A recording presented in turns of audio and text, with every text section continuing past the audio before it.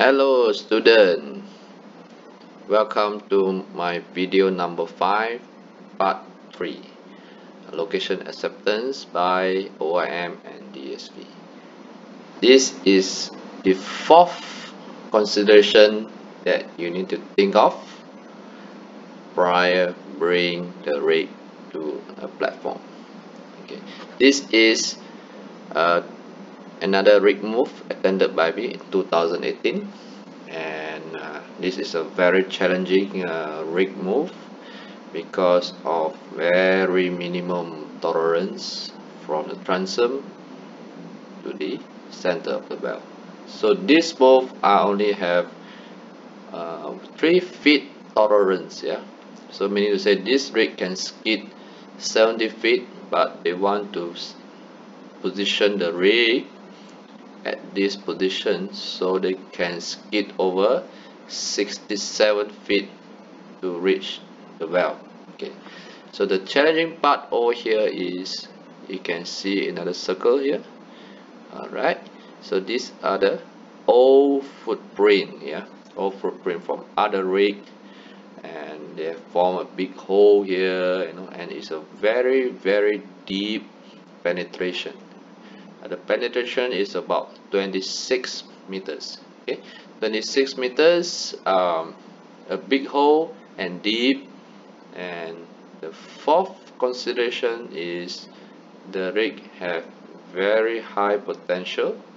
If we pin here and the rig start to slide, and eventually the spark can center back to the old hole center.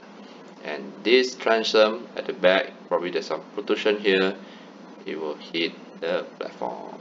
Okay, so these are the fourth consideration that you must take note, because this is very critical, especially by knowing that the rig is going to hit the platform if we don't manage it properly. And again, at this move, the person that who's supposed to accept the location, so they are really greedy, and probably they didn't know about the old footprint. I'm very sure I have highlighted many times during the rig move meeting that if we position the rig closer, probably just 2 meters, it will slide straight into the old footprint. Okay, for this move, in fact we have done spark can interaction analysis to determine that if the rig position in such a way whether it will slide to the old footprint or not. So after the result came out, they say the rig will stay at this location. Okay, what happened was, when I bring the rig over here, stand out, run anchors, and I put the rig in to this target, and I start to pin down the leg, and I was stopped by the person in charge on board. He's saying that, okay, no, I want to go another 3 meters inside.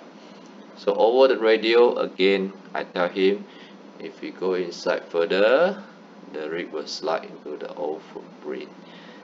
And he keeps saying, Ryan, I cannot accept this, because if you don't go in nearer, I will not have enough tolerance and I will miss the valve.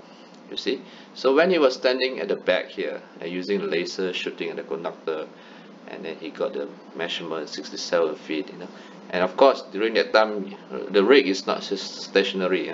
Prior we put down the leg, so the rig is still moving, wobbling, port stubborn, you know.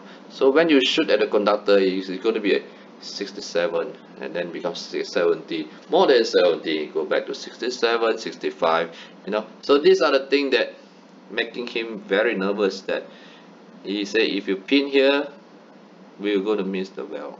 See, so if he is actually communicate nicely during that time, and the management actually brief him thoroughly on what will happen on the location, we could have avoided all this scenario during the rig moving, you know.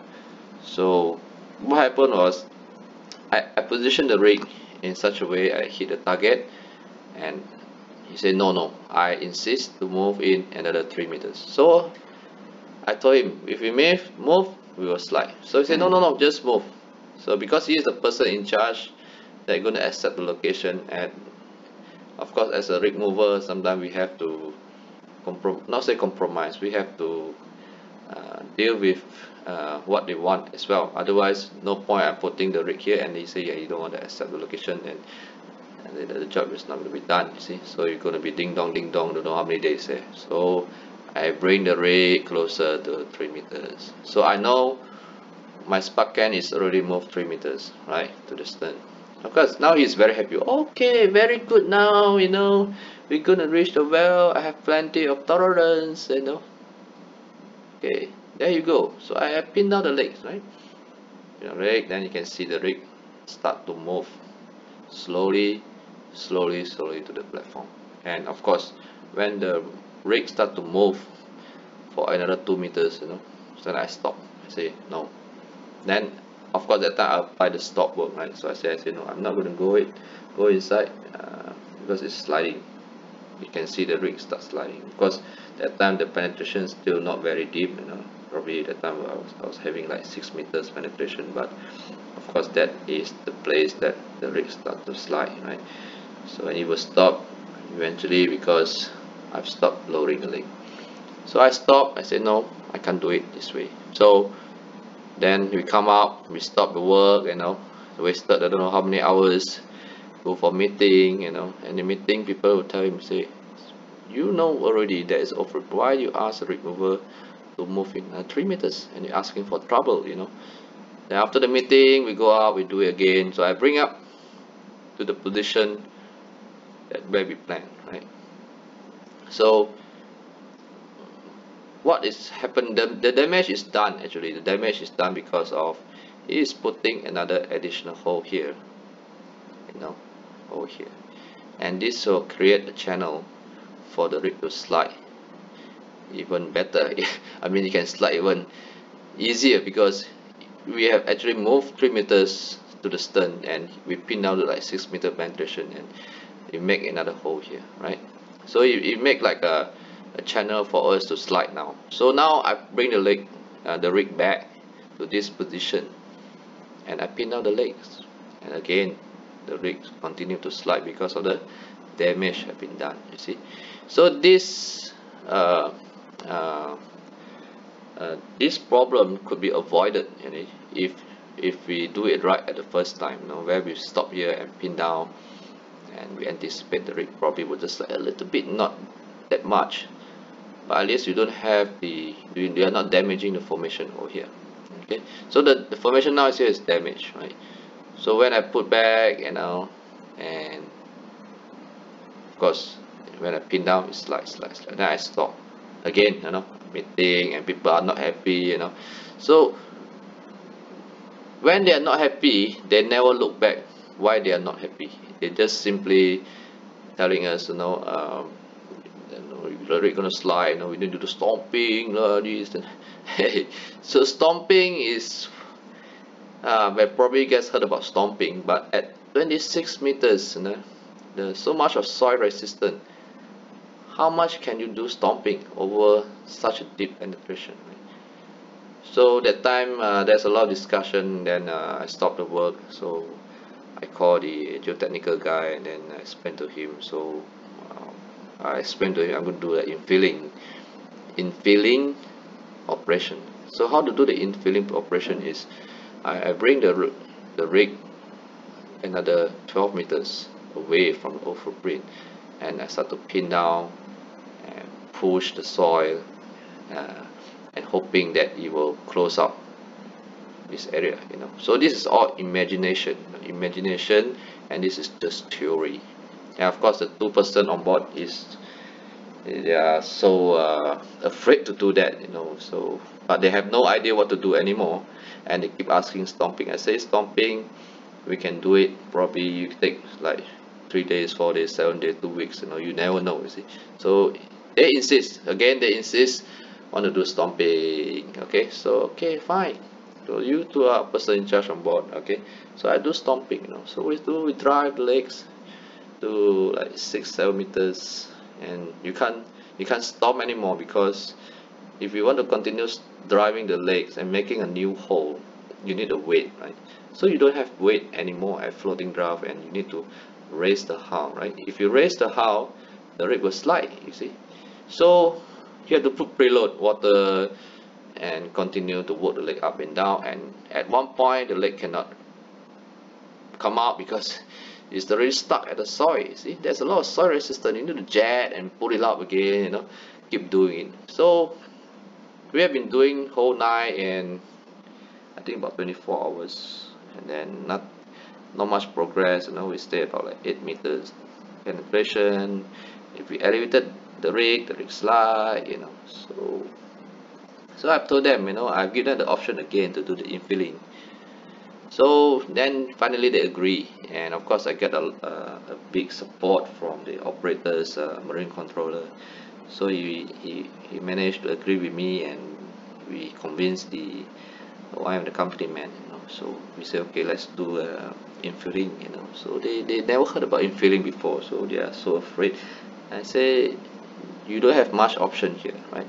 So we after 24 hours, okay, we carry out the infilling progress operation, and bring it down to like, you know, about 22 meters. So we actually drive the legs to 22 meters over here. Okay, then hoping that the soil will fill up over here, because it's loose area, you know. So when you push, the soil normally will go to the low pressure area. So I pull it up again, then I bring the rig towards here, the legs, and again the two person in charge also they jumping up and down. They, no, it's going to slide towards the platform, you know, if you do that, blah blah blah. I say it won't, because we have just done the infilling operation, you know. So in fact I will get a call again to geotechnical. He say, okay, just quickly, he say, do it quickly and pin down quickly. And then he's talking about the soil, and then blah blah blah blah blah. He says, if you do it quickly, then if possible it will stay, you see. So these are the expert, they know so much of soil, right? In fact, this is the 5th consideration. Later on I will show you on my next video, right? So these are the, so we do it, we go further and start to pin down, and quickly means we jack without stopping, you know. So a jacking system, it's very slow, it's 1.5 foot per minute, you know. So we did it, and it stays. So then everybody is so happy, and the rig is a little bit closer than was planned, and we have so much of tolerance, and we managed to drive the legs until like 25 meters, which is quite close to the final penetration already. So the rig stay there, and everybody happy. We skate out, and we call happy ending. So we did the job safely. Of course, at this location is very challenging for rig mover. If you don't know about the soil, you don't know about the sliding effect, you know, so the jacking system, and you probably won't be able to make it for this move. But anyway, this is the things that you need to learn, right? Although it's not just the OIM and company man, they are not doing this job all the time. As a rig mover, you're doing this like, it's like a routine job for us, you know. So these are the things that you need to convince both of them before you do it, you know. And of course, when you achieve it, everybody is happy.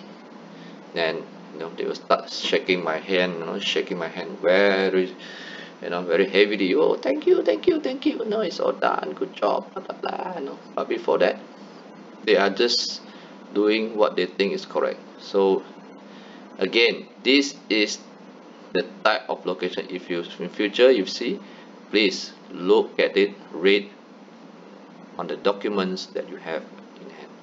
It's not just by simply thinking logic. Sometimes logic doesn't help on this. You have to study, understand the facts, and you execute the job. Then you will have a good achievement, and everything is done safely. Okay, so I will see you on the next video, part 4. So that one I will show you more on LPA, leg penetration analysis, soil data, then you can see what are the considerations you need to look at, and then you deal with the brake move operation. Okay, so this video is part 3, and with the 4th consideration, which is the sliding into a footprint. Thank you.